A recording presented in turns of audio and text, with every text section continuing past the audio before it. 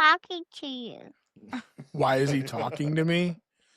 Because Uncle Ty and Daddy enjoy talking sports. Oh. Hello, everyone, and welcome to Textbook Sports. I'm Chris. This is Ty. We're here to talk a little bit about preseason week 2. So, kick things off. Let's go to where we know. All right. So we know the Cleveland Browns. We love talking about Shador, but there is a quarterback that was drafted ahead of him in Dillon Gabriel. And Dillon Gabriel got his first live action this week. What were your thoughts, Bub? First drive, very impressive. That was pretty cool to see. That felt like a true Kevin Stefanski offense. That's what we were looking for. But with that being said, I was still a bit underwhelmed. I thought Gabriel overall performed decently, especially for a guy getting his first NFL action. I thought Gabriel made smart decisions. I don't think he took too many chances, but the two things that stand out to me that you never want to see in a quarterback is 2 turnovers. So when we talk about a guy earning first team reps versus a guy not getting first team reps in practice, I did not see what Kevin Stefanski saw that put Dillon Gabriel far ahead of Shador Sanders on the depth chart. I just didn't see it. I saw a closer race than what we were led to believe. What were your thoughts?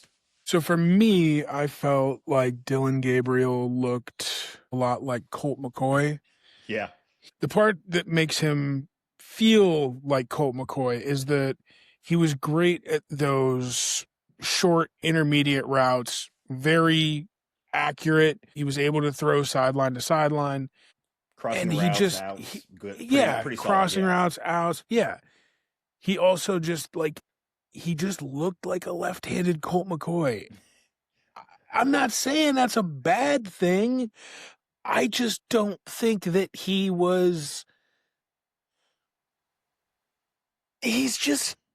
not starter material for me. It's too early to tell. A lot of things can happen. But yes, of course. I agreed with you when we talked about this away from here. I agree with you. I saw, and we have a different definition of this, but what I call a fringe starter. And I read something online that really resonated with me about his performance. It felt like in week 1 we watched Shador. We were watching the beginning of something great that could grow, and when we watched Dillon Gabriel in week 2, we saw, in a sense, his ceiling. Like we saw the most that you're going to get out Dillon Gabriel beyond a touchdown. So for me, when I watched Shador, I felt hopeful. Yeah. For the Browns, where when I saw Dillon Gabriel, I kind of had well, here we go again. Yeah. Because he felt like all the other quarterbacks that they've had in the past. So the one thing I do want to say about this is his interview afterwards. Yeah. He said, and I quote, "There's entertainers and there's competitors, and I totally understand that. Mm-hmm. And my job is to compete, and that's what I'm focused on doing." Yeah. Should we, as fans or viewers in general, should we read into that? 100%. I think you have to. I know Gabriel's going on to say, like, hey, I've said this before back in Oregon, things of that nature, but you have to really think about the timing of it, the question, the way it was asked. It was hard to not insert Shador as the entertainer as a part of that conversation. When your competitive nature kicks in and you had 2 turnovers, another guy threw 2 touchdowns, you did a lot right. But I got to say, it has to be tough in a camp when you're coming in, trying to prove your worth, and there's another guy running your tail that's at the same level as you, right? And it's clear that the world wants this other guy, right? It's clear. There's nothing you can do beyond be perfect to impress. So that, to put myself in Dillon Gabriel's shoes, that must be difficult. And you got to hear every mistake you make. You got to answer for every mistake you make. And on the other hand, you got Shador, who's polarizing. People just gravitate towards Shador, and he played well. And, a lot of people beyond Dillon Gabriel have called the Sanders family entertainers. So I think in the heat of battle coming off, and you're kind of walking through your mistakes, the things you did well, and then you're initially asked, "Oh, how do you think you compare to this guy?" And it's like, "Well, I'm trying to run my own race here, but you won't let me." And maybe in his brain, that's how he sees it. And he's got to do a little bit more media training to avoid this conversation. I think he didn't necessarily mean it as a slight Shador, but it's hard to not see it as such. What are your thoughts? I think that he said it in the heat of the moment, and sometimes those things just get away from you, and I think that this was just one of those moments. It's not something you want from your starting quarterback, but it happens. It's kind of funny that when you take his comments into consideration and then you look at the two quarterbacks and you think, if before camp, if you were to tell someone, oh yeah, someone's going to put their foot in their mouth in an interview out of these two quarterbacks, which do you think it's going to be? You hit the nail on the head right there. I don't think too many people would have been like, oh, it's the quarterback that spent 6 years in college at various different schools. Yeah. No, they would have been like, oh yeah, it's Shador Sanders. Yeah. No, because he's Dion's son. I'm with you. Yeah, 100%. I think the scrutiny that Shador takes as far as his media presence, Dylan Gabriel being the one to slip up there, did not help his case. And that's also part of the comment. You have to look at it on the other end. If Shador would have said the same thing, there would be problems. Yeah. All right. So moving from one quarterback disaster of the century to another, how about those Jets quarterbacks? Thank God for Aaron Glenn and that Jets defense, because that's what that QB room pretty much has amounted to. They look so bad, and I'm a Justin Fields fan. Same. I like Justin Fields. That man looks lost. What's crazy to me is he has a rapport with his number one receiver, and it doesn't look like it. He just looks off. I mean, I don't know if it's the fact that he's in New York or if it's the fact that they are expecting him to make throws that he just may not be able to do. Are they expecting him to read the defenses more? I'm not sure. But he doesn't look good. His backups don't look good. I would say the Jets offense as a whole just looks bad. And I mean, yeah, I'm with you. You have Garrett Wilson in the wide receiver room. After that, train wreck. Your running back room, Breece Hall has not lived up to his expectations since he got injured. Braylon Allen, he's good, but he's not he was a day 2 pick, so it's not or maybe even day 3. Yeah. But that's standard rate. He's not going to yeah, that's true. It's the going but rate. Their entire offense, they're going to be lucky to average 14 points a game. I don't think anyone expected this offense to be good. I mean, you brought in a defensive mind. I don't think and that offense was not good last year. I think out of my Jets expectations, they weren't high. They're going to be putrid on the offensive end, and Garrett Wilson's going to be wasted for another year. I'm with you with the Justin Fields talk. I was rooting for Justin Fields. I remember telling my friends that were Bears fans, you got a good one when they drafted Justin Fields. I thought he did a lot of great things at Ohio State. But there were some rumors that I heard that I ignored for years, that the Bears strayed away from getting veteran backups to coach him in the room because he wouldn't take advice from them. And I think that became a little bit prevalent in Pittsburgh, and that led to the situation there where they ended up going with Russ. And I think that, Ugly Beast is rearing his head in the Jets, where he's not willing to take criticism from other guys in that room that have been there before, and he's just not growing as a quarterback. He has all the tools. He can make the throws. He can move with his feet. He's intelligent. It's not like he's like the other Ohio State quarterbacks. I didn't come here to play school. It's not like he's one of those guys. He had Ivy League offers. He's a very intelligent guy. It might be a case of his own pride getting in the way of his progression. Yeah.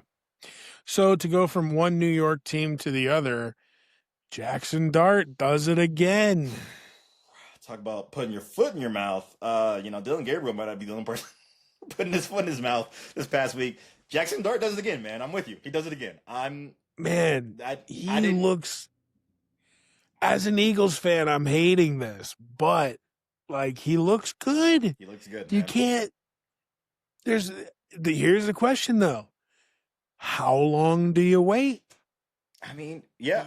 Here's the thing. There's talks of them trading Jameis out already. I think that was clear from the jump. Are they gonna stick with Russ for the whole year? I wouldn't. If you got this rookie, I would. If there's someone in the Brown situation where I think, it's great you start Flacco for the first 6 games when you talk about the Browns. I think same thing here. Russ, you start him in the beginning of the season in not the first moment, but the second moment of struggle. You got to throw that rookie in there to see what's going on. And if it doesn't work out and you realize he's not ready, you can revert back to Russ. That's the joys of this year. And you can just sit him down. Truth be told, it's like, hey, we're not trying to rattle your confidence. We've seen this before. A lot of great quarterbacks, and I think Sam Darnold's a great example of that, where they get rattled early and they don't have time to process the way that they need to because there's so much pressure. Smith. Yeah, Geno Smith, same way. There's so much pressure where they, and this might be the new quarterback trend where you need that year or so, because Mahomes is the grandest case of that, where you need that time to sit down and develop and understand the NFL game, because it's just so much more complex and everyone's just so fast. But you got to see what you got, because on the inverse end, you could have an Anthony Richardson situation where it looked like he was going to be it looked easy to start, and then it quickly trailed off, So, and you see Daniel Jones, John's quarterback getting the nod as the start in Indy. We'll talk about Indy in our special fantasy episode coming up later on. So I think that, closes on what we want to talk about with the Giants. How about Cam Ward? Cam Ward had his second week. Didn't go quite as hot as his first week. What are you thinking? I think that's the realistic ups and downs of a quarterback. Once again, going back to the same situation with the Jets, I don't have high expectations for the Titans. I think the offense is a work in progress. They've added some solid receivers around him, but I don't think there's an established guy for Cam Ward to throw to. Van Jefferson's nice and all. Tyler Lockett, who's aging, is great. And there's some other guys in that room, but I'm not overly impressed by his receiving core. As a whole, that team's a work in progress. So, yes, did I expect more out of Cam? Certainly. All right, so there is one game, I think, left that we want to talk about, right? We want to talk about that Monday night game between the Commanders and the Bengals. You have one player you want to talk about. I got one player I want to talk about. So how about you start? Yeah, this is what preseason football is all about. You talk about Cincinnati Bengals. This is who I'm looking at, and they've been looking for that third target, consistent target, since Tyler Boyd. Remember when this all started? It was Jamar Chase, Tyler Boyd, and then T. Higgins. T. Higgins, Tyler Boyd were actually 2A, 2B for the longest, and T. Higgins ended up being the guy that won that battle, and Boyd ended up going elsewhere for his money. Well, undrafted rookie, second-year guy, Tinsley, would he go 5 for 73, 2 touchdowns? 2 tutties. 2 touchdowns. 2 tutties. And the biggest thing I noticed after each of those touchdowns, first of all, tremendous catches, 1. But after each of those touchdowns, one of the first guys in the end zone celebrating with him, Jamar Chase. Anytime you're a guy trying to make a roster, you're undrafted, you're on the bubble, you're trying to fight for your living, and you see potentially the one receiver in the entire league coming off the bench to run and dap you up, you're doing something right. So I think the Bengals might have found one there. They have a nice plethora of receivers on that back end that get the job done, but Tinsley might have made a case to be wide receiver 3 in Cincinnati, and I'm here for it. Okay. I'll see you. I see you there. I think for me, I want to talk about Ja'Cory Bill Crosky-Merritt. Bill. All right. I didn't know about Bill until you told me about Bill earlier. The kid has been playing great this preseason. I mean, I'm not saying he's like, I'm going to take over the starting job. I'm not going to beat out Austin Eckler. No. I'm not saying that. But I do think that he has played well enough that, I mean, the Commanders are talking about potentially moving off of Brian Robinson Jr.